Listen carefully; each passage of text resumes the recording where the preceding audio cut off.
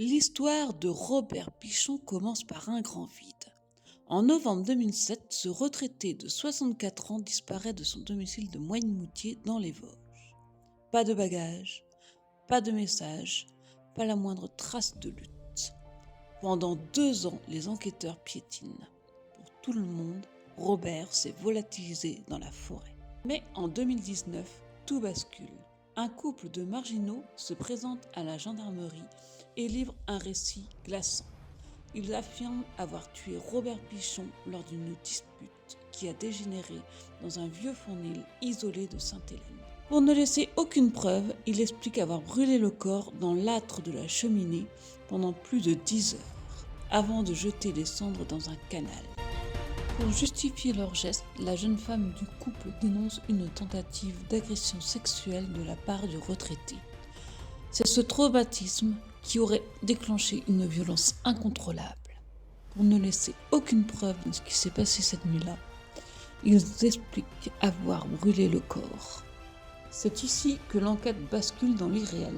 Les experts de la police scientifique investissent le fournil. Ils démontent la cheminée pierre par pierre, tamisent le sol et analysent chaque millimètre de la pièce.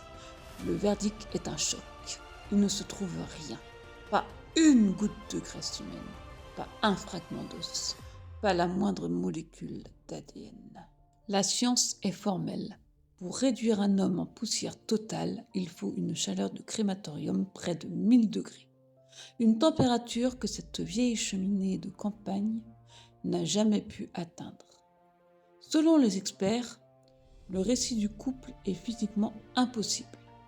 Pourtant, la justice se retrouve face à un paradoxe.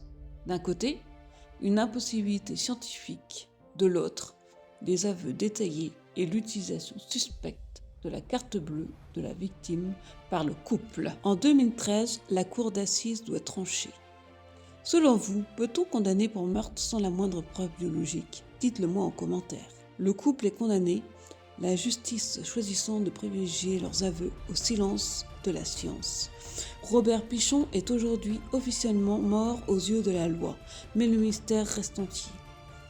Car si Robert n'a pas brûlé dans ce fournil, comme l'affirment les experts, où repose-t-il vraiment ? Le secret semble scellé à jamais sous les sapins de Sainte-Hélène.